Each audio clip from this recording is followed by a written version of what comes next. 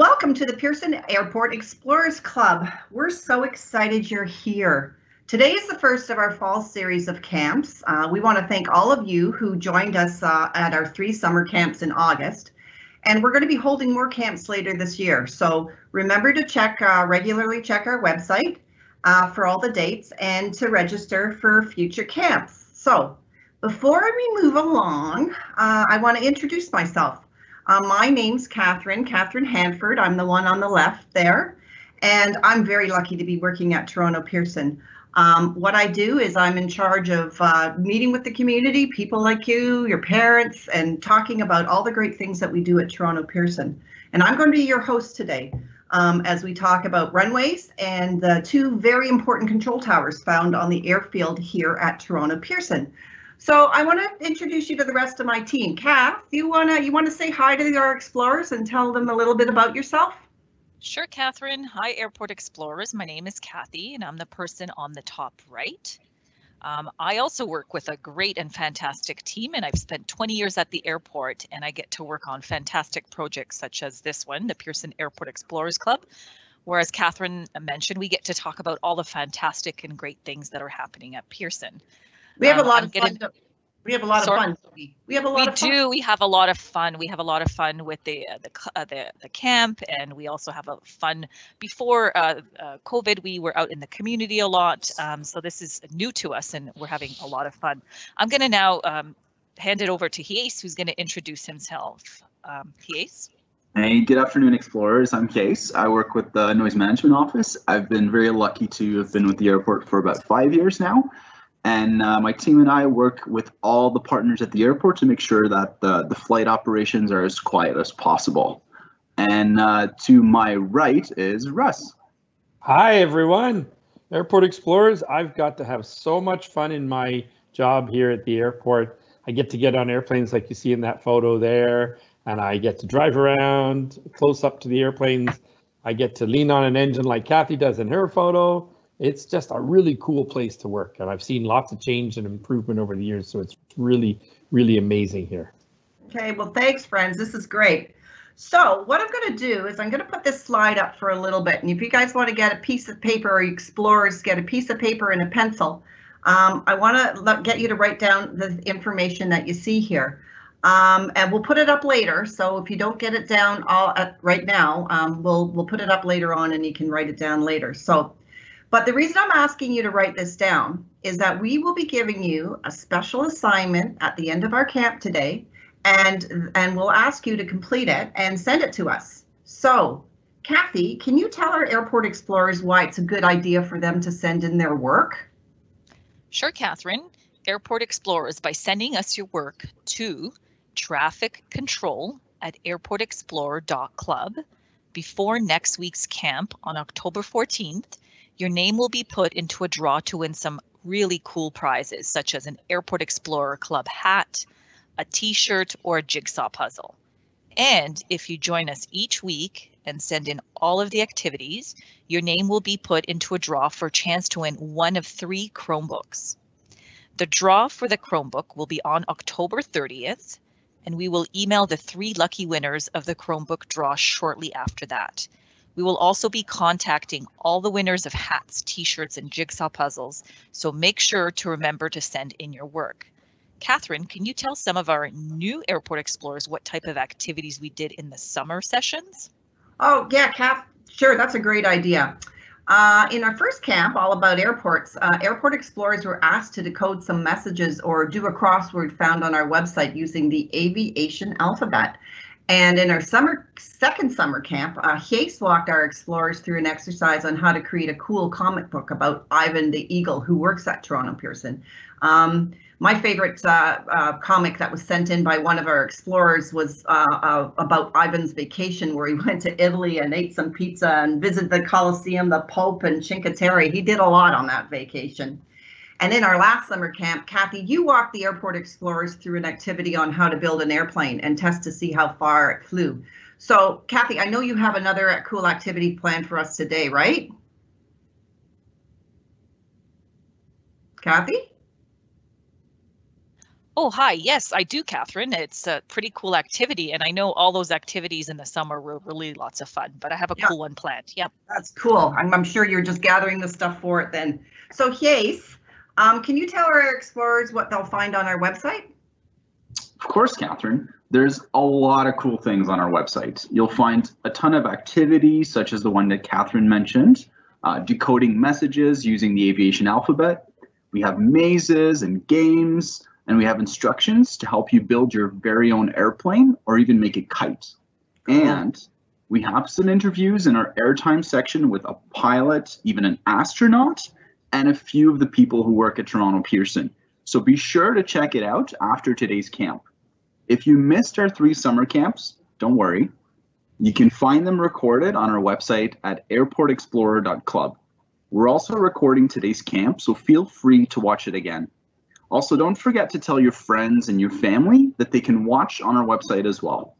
For those of you who are just joining us today, you can also sign up to become an official Pearson Airport Explorers Club member. So visit airportexplorer.club to join the club. Thanks, Hayes. That's all good to know. And you can see, explorers, that there's a lot more that you can look at on our website. And we always look forward to seeing your work come in. So I'm going to, before I hand it over to Hayes, who's going to talk about the runways and our control towers, I'm going to let you know how the camp's going to roll out. So we're going to look at the deck that I said, and as we look at the deck, we're going to give you some extra insider information and some clues that'll help you later on. And next, Russ, our roving reporter, was over at the airfield today watching the operations at Toronto Pearson, and he's going to make sure we all understand how taxiways and runways are numbered and remind us about that very important aviation alphabet. And after that, we're going to play a little trivia. So make sure, as I said, you pay attention to some of the hints we'll be giving through the presentation, and even some of the hints, some of the things that Russ will be telling us. These will help you with the answers to the trivia questions. And then after trivia, we're going to talk to Russ about some of the questions that came in our last camp. So unfortunately, because we have so much to cover in the hour we're together, we won't have time to answer any of the questions that you send to us in the chat box. However, you can send us your questions after the camp when you submit your work. And then we'll end our time together with Kathy, who will walk us through the activity you can work on after the camp. So remember, in order to be eligible to win some cool prizes, you're going to have to do a little bit of the activity and send it to us. Okay, Hayes, are you ready to go? Roger that, Catherine. Airport Explorers, let's go. So today's presentation is all about runways and the 2 really important towers that you can find at Toronto Pearson Airport. So when people decide they want to take a trip in their car, they just decide where they want to go, jump in their car, start the engine, and off they go. But when people want to take a trip in a plane, it's a lot more complicated than that. There are a lot of steps that need to be followed for an airplane to take off and land. And for each of those steps, there are people working really hard at the airport to make sure that everything happens safely and smoothly. I think the hardest part for me when I'm going on an airplane is trying to remember what to bring in my suitcase. Of course. So to learn how to do this, very important for today's camp, let's imagine that all of you, yes, I'm talking to you, are pilots landing a plane at Toronto Pearson Airport. Oh my gosh, this is going to be fun because I always wanted to be a pilot. Do you have your cap on, Catherine? Yeah, I do.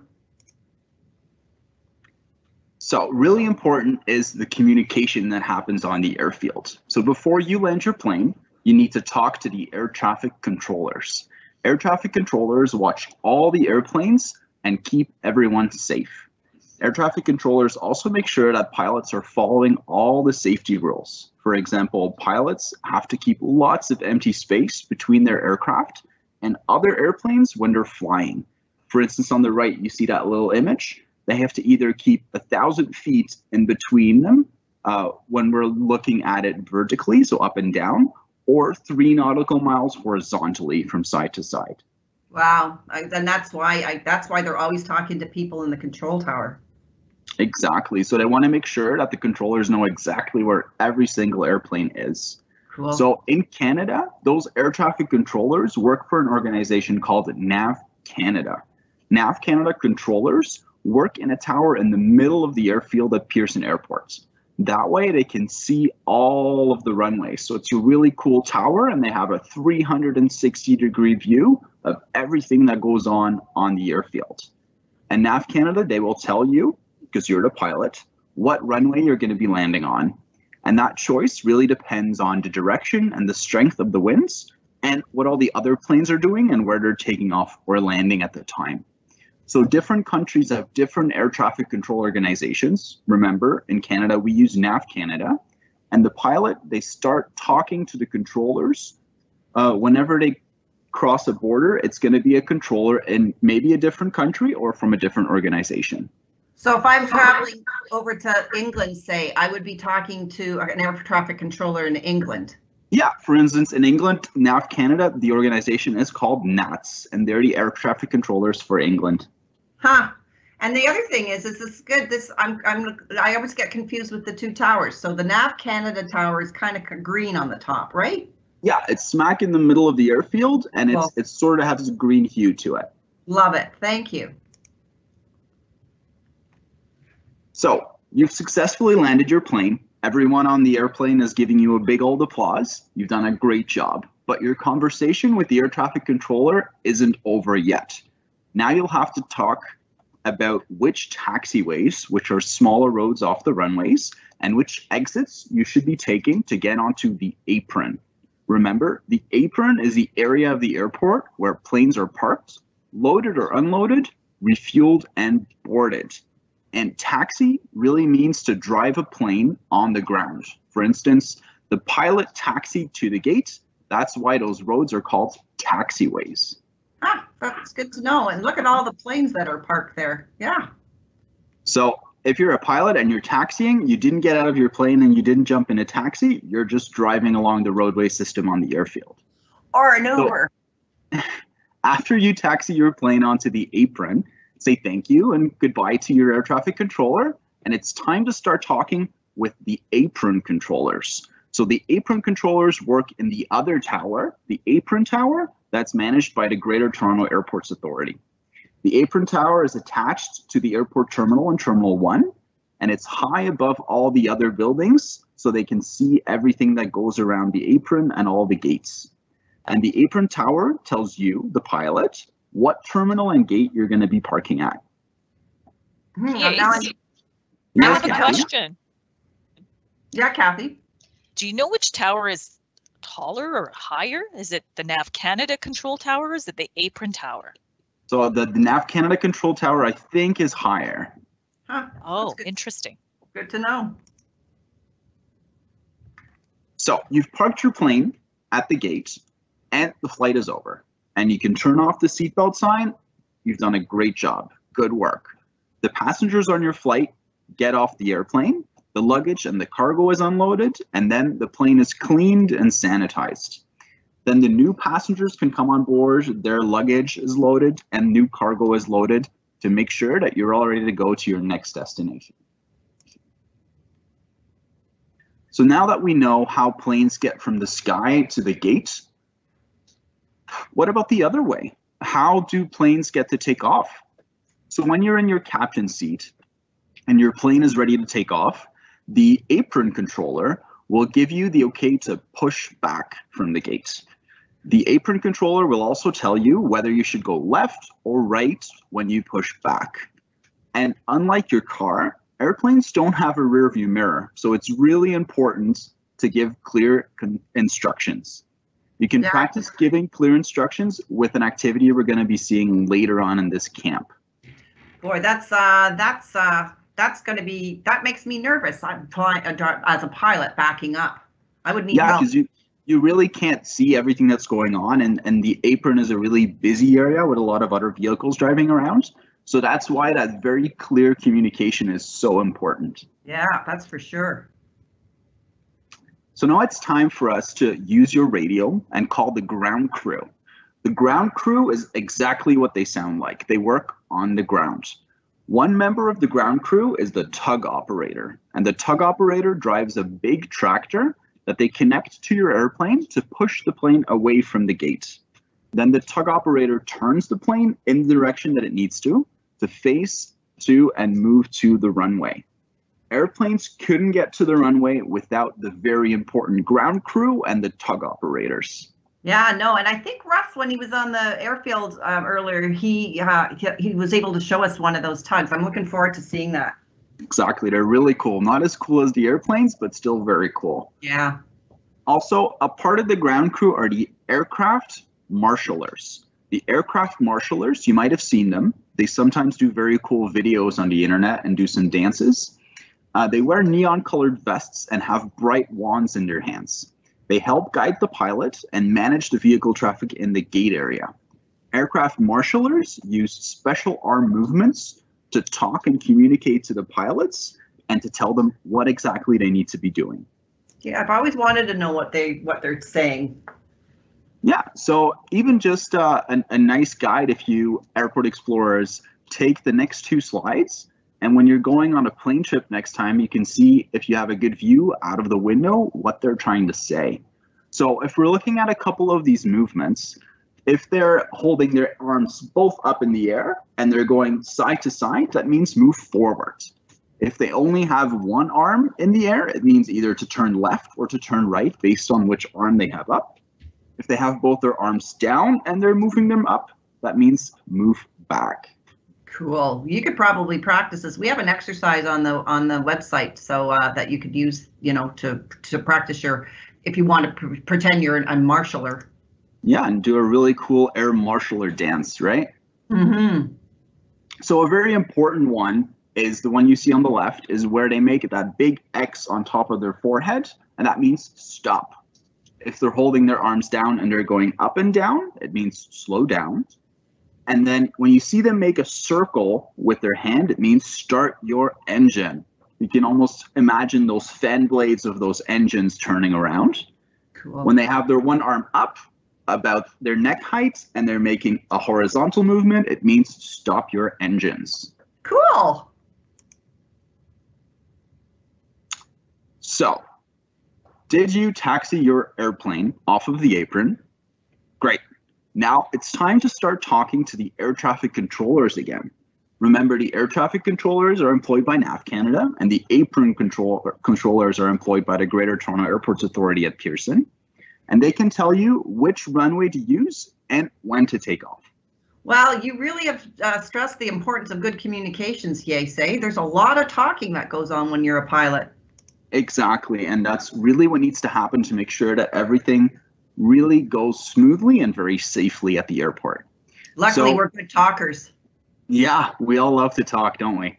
So there's 5 runways at Toronto Pearson. We've talked about this before in a previous camp. 3 of them run east-west and 2 run north-south. The east-west runways are usually the most often used because the wind is usually blowing from either the west or the east in Toronto.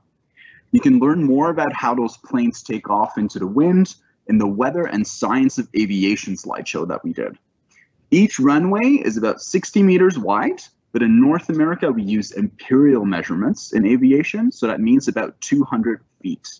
The longest runway is 3.39 kilometers long, or over 11,000 feet long. That's very long. So if you want to imagine that, that's about 6 times longer than the height of the CN Tower. Holy moly, that's big. That's really big.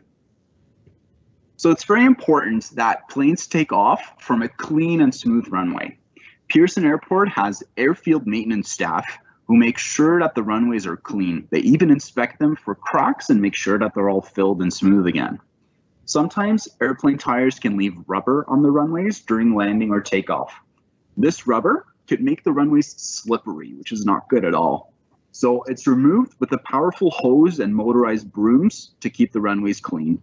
You can learn more about how the airport keeps the runways clear and the All About Airport slideshow.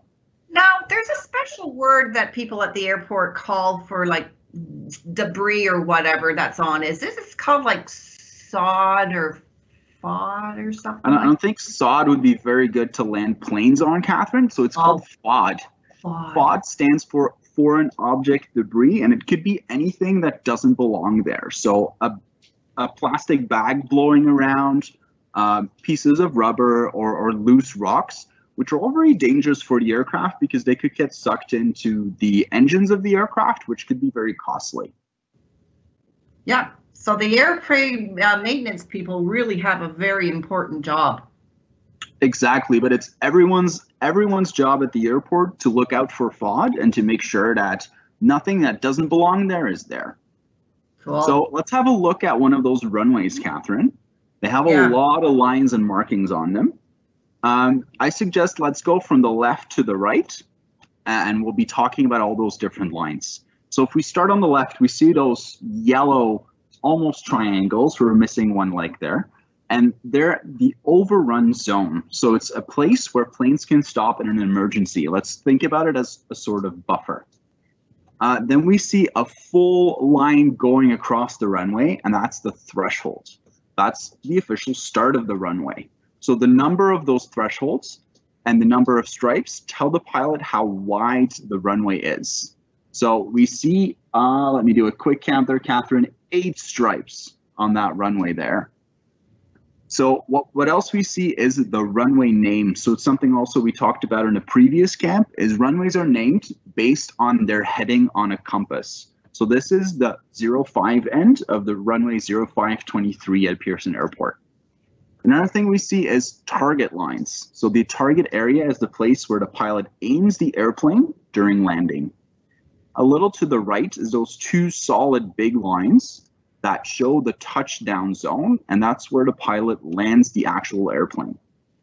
A little further, we see the smaller 2 sets of 2 lines, and that's the fixed distance markers that run along the runway, and they really tell the pilot how much space they have left on that runway.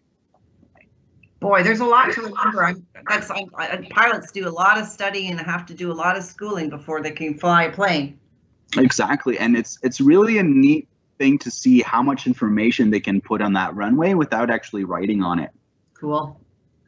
So now we've talked to the air traffic controllers from NAV Canada again, and it's time to take off. We've pushed forward on the throttle. Remember the throttle in the cockpit that allows us to create more thrust and make sure that we can get up in the air. And even after you take off, you'll keep talking to different air traffic controllers. They're watching all the planes in the sky, so they'll make sure you're not coming too close to any of the other aircraft in the sky. Airplanes also usually follow flight paths, which are a little like highways in the sky from one airport to another. Flying on flight paths keeps everything safe and organized. And you can check out the planes that are flying right over your house with Pearson's new Insightful portal. And you can click the link in the slideshow and enter in your location to really find out more about that. Cool. Hey, can you spell out insightful using the aviation alphabet? I sure can. Can you, Catherine? I can. Do you want me to do it? Yeah, sure. Go ahead. Okay, so explorers, remember that there's a special code alphabet that that pilots use. So insightful spelt out in using aviation alphabet would be India for I, November for the N, Sierra for the S, India for the I, G is golf, H is hotel, T is tango, F is my favorite, foxtrot, U is uniform, and L is Lima, Lima. Did I get right? Perfect, Catherine. Great job. Thank you. So to be able to see all the planes over Canada, NAV Canada and really all the other air traffic controllers all over the world use a system that's called radar. Radar stands for radio detection and ranging, and that's really how they see the planes. Radar uses radio waves to see very far away and through the clouds. The radio waves are shot out of a special antenna and bounce off the planes into the sky and back to the control tower. Really special computers in the control tower then read the way the radar bounces and shows the planes on a screen. Hey, yes, I just learned something today.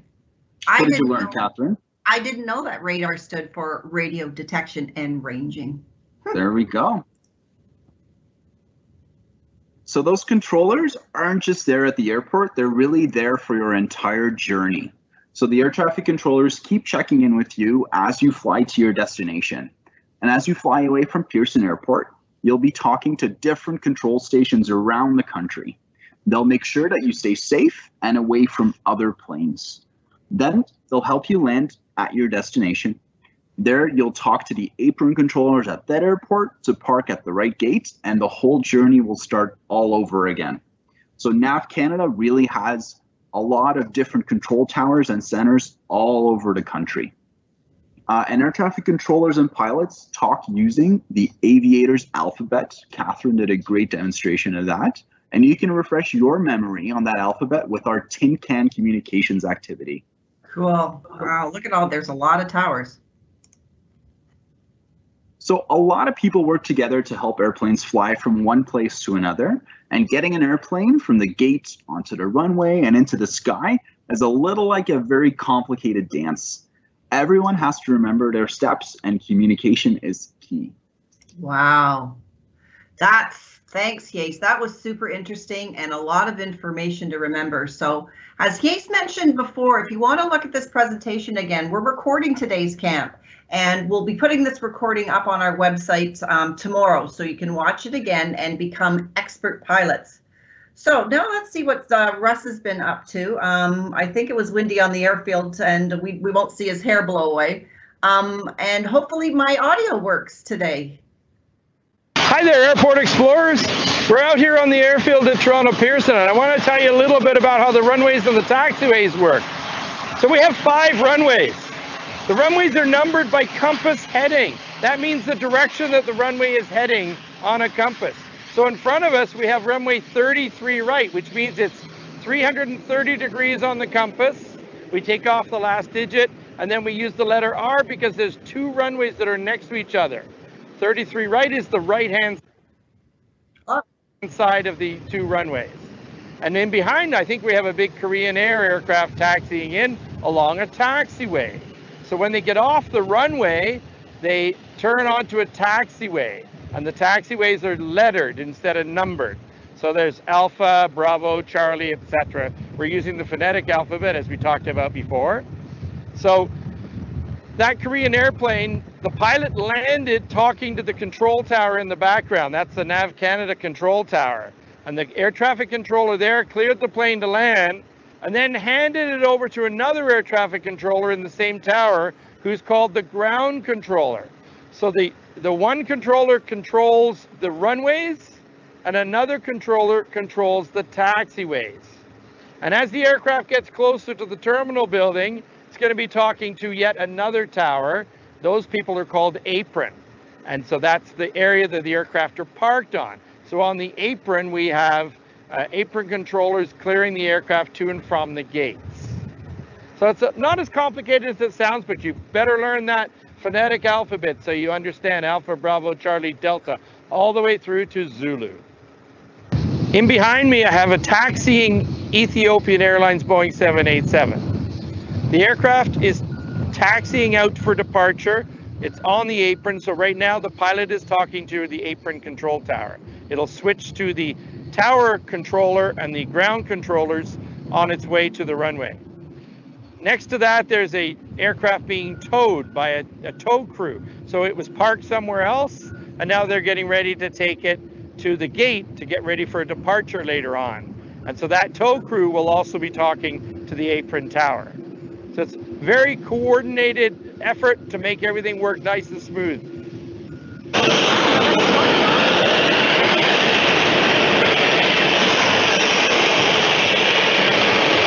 So we just saw a Boeing 737-800 taxi in on the gate. The pilot was following the marshal's rules, and there's a whole bunch of crew getting that aircraft parked safely now, and then they'll put the bridge onto the aircraft, which they're doing right now.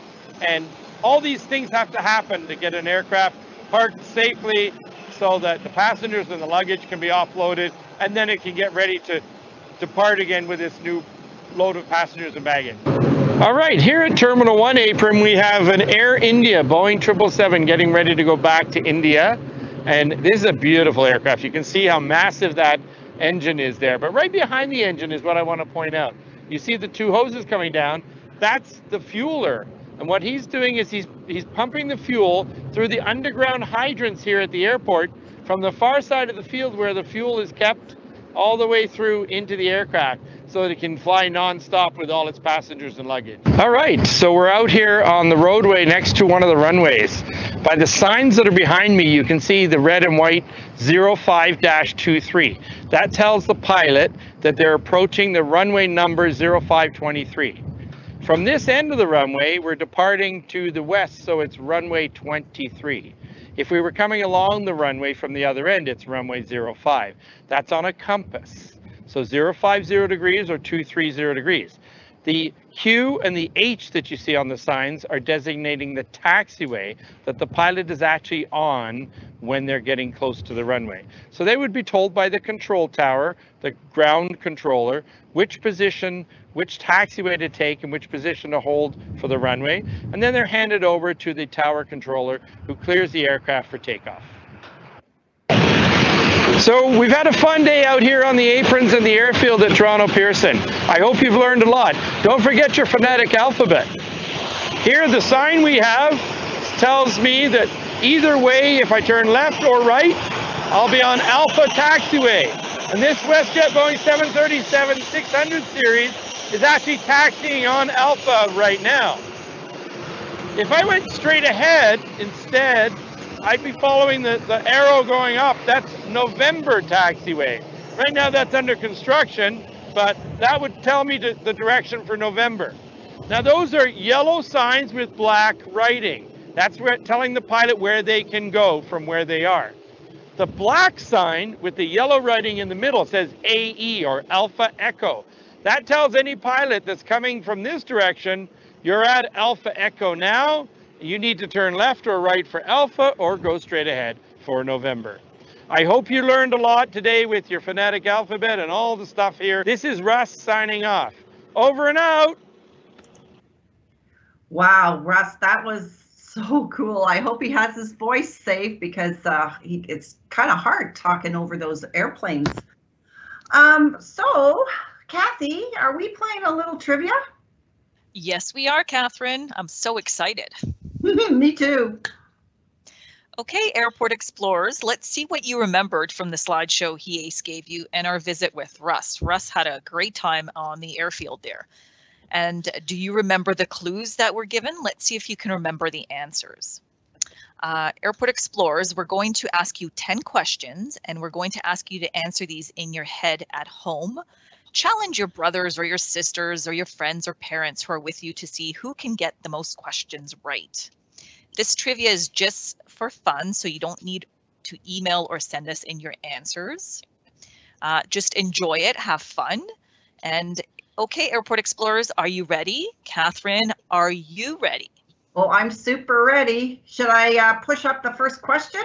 I think you should. Airport Explorers, I'm excited. Let's see your first question. What? Okay, question number 1. Before an aircraft lands at an airport, who does the pilot need to speak to? Ooh, Airport Explorers, I remember he's talking about this in the presentation. Is it 1, air traffic controller? Is it 2, their best friend? 3, the air crew? Or 4, the passengers? Catherine, what do you think it is? Well, I don't think I'm going to be talking to my best friend until I was out of the plane, but I do remember that there was a lot of communication. So I'm kind of thinking with the guys in the towers. So okay, let's see. Air traffic controller, that is correct. Remember, Airport Explorers, the pilot is always communicating with the air traffic controller. Air traffic controllers help pilots safely land and depart the aircraft on the 5 runways at Toronto Pearson Airport. Okay, wow. I got 1 out of 1 right so far. So should we go in the second one? Sure. Let's go to question number 2. What is the name of the organization air traffic controllers work for in Canada? Remember, it's that green tower that Catherine talked about. Okay, is it Toronto Pearson Airport? Is it NAV Canada? Is it Transport Canada? Or is it Air Canada? A lot of Canadas in there. There is a lot of Canadas. Okay, I think Airport Explorers know the answers. If you chose NAV Canada, that is correct. NAV Canada controllers work for work in that tower in the middle of the airfield, as he pointed out in his presentation. That way they can see all the runways. And Catherine, I bet you that view up there is spectacular. It's a 360 view of the airfield. Yeah. They have really important job, those people at NAV Canada. They do. They make sure everything is smooth and safe. Okay, let's see question number 3. What is the name of the area where planes are parked, loaded, and unloaded? In that photo gives you a hint. Is it the taxiways? Is it Highway 401? That's a funny one. Is it Apron, or is it the runways? What is the name of that area? Airport Explorers, Catherine. Okay, let's see, Catherine. Let's see if you can get 3 right. Did you pick Apron? I did. Airport Explorers, I bet you guys all picked Apron. That is correct. If you chose Apron, remember the Apron is the area of the airport where planes are fueled and boarded by passengers. It's the same all over the world, but you'll hear it called a little bit different in the United States. It's sometimes called the ramp, but here in Canada, we call it the apron area. Cool. It is cool. Question number 4. Oh, my favorite part of the presentation. Okay, I think Airport Explorers might get this one. This one might be an easy one. What is the aircraft marshaller trying to communicate to the pilot in this photo? Remember when he has his hands up above him and they're crossed over? What does it mean? Does it mean go? Does it mean hello? Does it mean stop? Or does it mean turn left? Catherine, what do you think it is? I know this was your favorite part. It was like a dance. Remember he said aircraft marshalers are always dancing out there. I want to get it. We should get a couple of batons and have an air marshalling dance. I think it means stop. Let's see. Let's see the answer. Airport Explorers and Catherine, if you picked stopped, you were correct. I'm killing it today. You are. You're doing a great job today. You're obviously paying attention. Aircraft marshalers use different arm movements to safely guide airplanes on the ground to their parking stand or the runway. And I have a special license to drive airside, so I know that an aircraft marshaller has the same right and is just as important as an aircraft because they're guiding the aircraft. I knew, and you know why I was paying attention? Because when Hayes told me I was going to be a pilot, I thought, oh boy, there's a lot to remember. Yes, you still have your pilot's hat on, don't you? Yeah, I do. I do. Great. Okay, let's see question number 5. What are the names of the 2 towers found at Toronto Pearson Airport? Is it the Apron Tower and the Air Traffic Control Tower? Is it the CN Tower and the Rogers Center? Okay. Is it the Eiffel Tower and the Leaning Tower of Pisa? Those last Catherine, two are I know you might get this one wrong. Let's see, Airport Explorers, what did you pick? Apron Tower, Air Traffic Control Tower. That is correct. When the plane is on the apron, the pilot speaks to the controller in the apron tower. That's where the planes are loaded and unloaded and the passengers are boarding. And when the plane is on the runway or the taxiway, the pilot is speaking to the air traffic controller. And I remember the one NAV Canada is in the green one in the middle of the field, and the apron control tower is the one attached to the airport. Correct, Catherine. Okay. Question number 6. What is the name of the program that allows you to watch planes fly over your house? Is it Spot the Aircraft? Is it Insightful? Or is it What's Over My Home? It's Insightful. I remember, Catherine, you used the aviation alphabet to spell out the program, Insightful.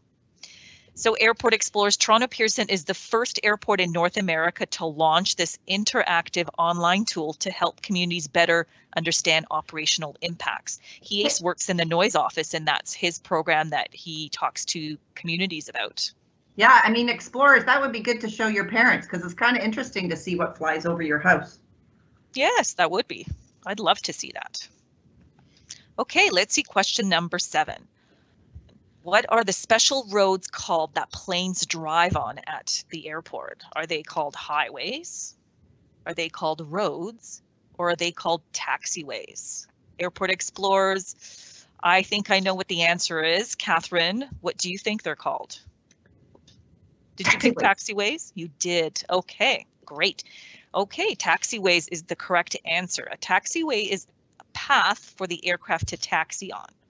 It connects the runways with the apron terminals, the aprons and the terminals, the aircraft hangars and all the airport buildings. That's sort of like that special road that the planes sort of go on, they taxi on. Okay, question number 8. What does the apron tower tell the pilot to do? The apron tower. Ooh, okay. How to fly the plane? Where to park the plane?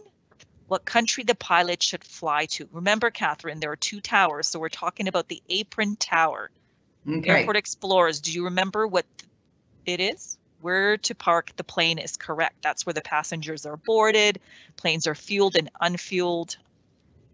Okay, great. And the apron controllers, there's a difference. The apron controllers work for the Greater Toronto Airports Authority in the apron tower. And when the pilot leaves the runway and gets onto the apron area, they speak to the apron controllers. Question number 9. Ooh, I remember this was an awesome photo. What does the tug operator do at an airport? Does he drive a car?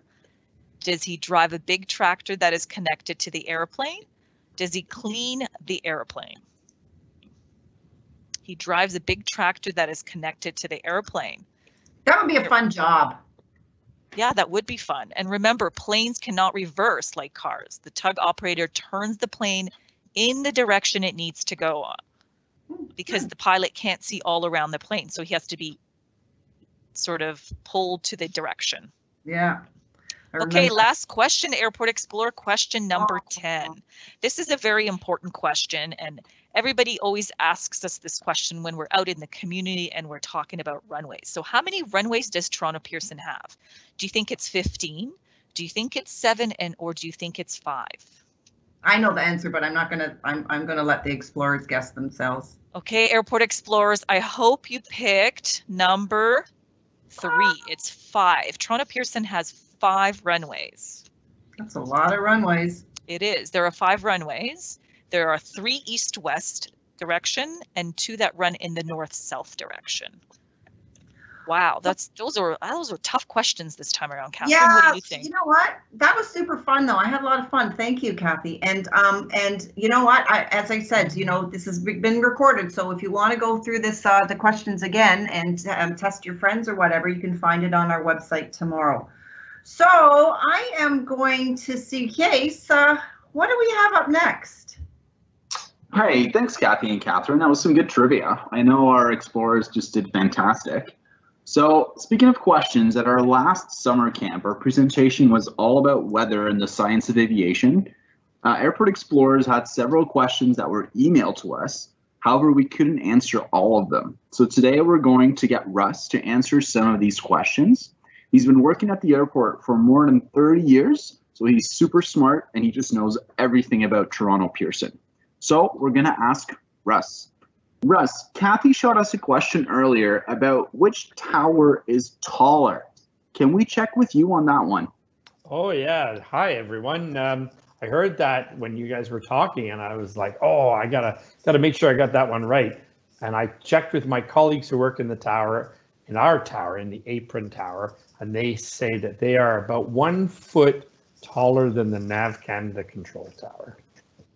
Good, so the Apron Tower is taller than the Nav Canada Control Tower. Exactly. That's cool. Good, Russ, let's get started on our first question. So, is one runway used more than the other ones?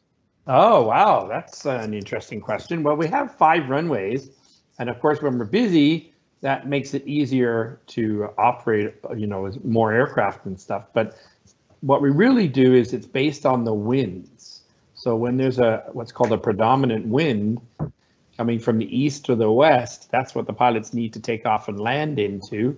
So the wind is coming towards the aircraft. So we generally will use the east-west runways. That's the 3 parallel runways that we have.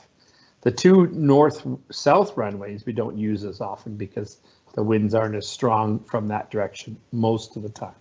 But you can see more about that on the videos we did earlier this summer. Really interesting. So, Russ, question 2. My friend told me that animals work at the airport. Is that true? Oh yeah, we have all sorts of animals out there. We had the wildlife. We talked about that on another presentation as well, about the birds.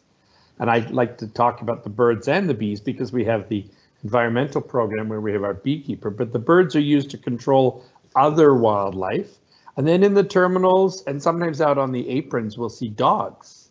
And that's because Canada Customs and US Customs and some other agencies use dogs for a variety of things. So we also have in the terminals the dogs that are used for the therapy dogs, they're called. And they're for people who are a little scared to fly, perhaps, and a little nervous. So they can spend some time with these dogs that are roaming around the terminals. But the ones that the customs use are for things like sniffing for drugs, all the bad stuff that people shouldn't bring with them.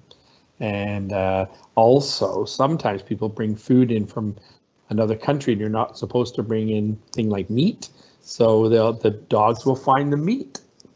And it's pretty cool. Good. I think my favorite is still the YYZ bees because they make some great honey. Yeah.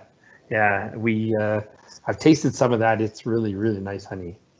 It's great stuff. Russ, you always get to drive around the airfield and all around aircraft. I'm really jealous about that. Do you need some sort of special license to do that?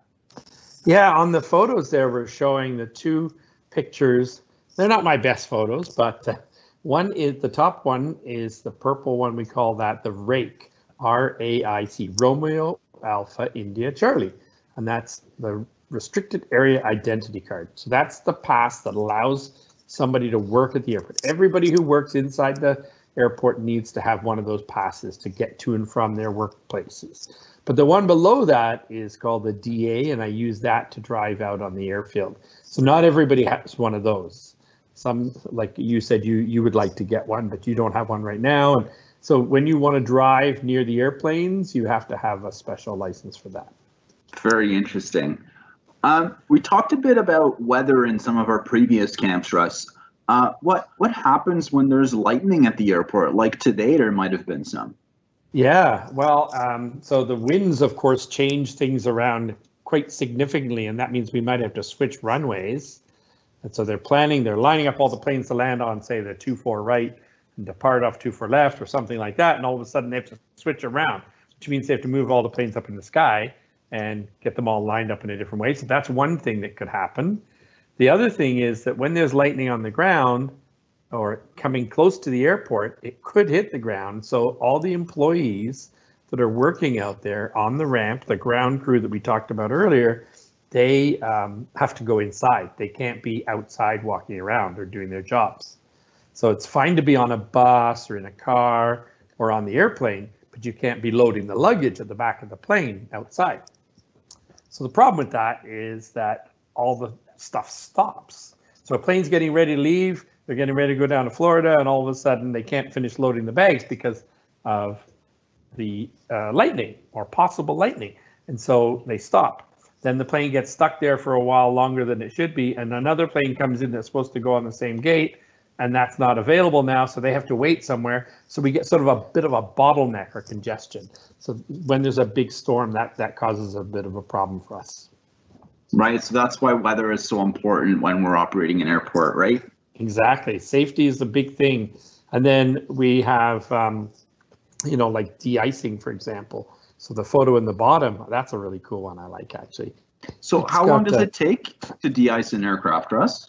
Okay, well, the de-icing is to spray the surfaces of the plane that have to move, because remember we talked about airplanes have to take off and land into the wind. They need clear wings. They can't have any ice or snow on the wings. So they spray all the parts that would move, the wing flaps, the ailerons, the horizontal stabilizer, everything that could move.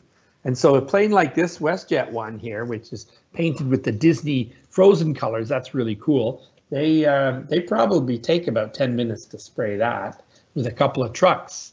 But the biggest plane, the Airbus A380, that might use 8 trucks. So it might take them a bit longer to do that plane. Wow, 8 whole trucks. Mm-hmm.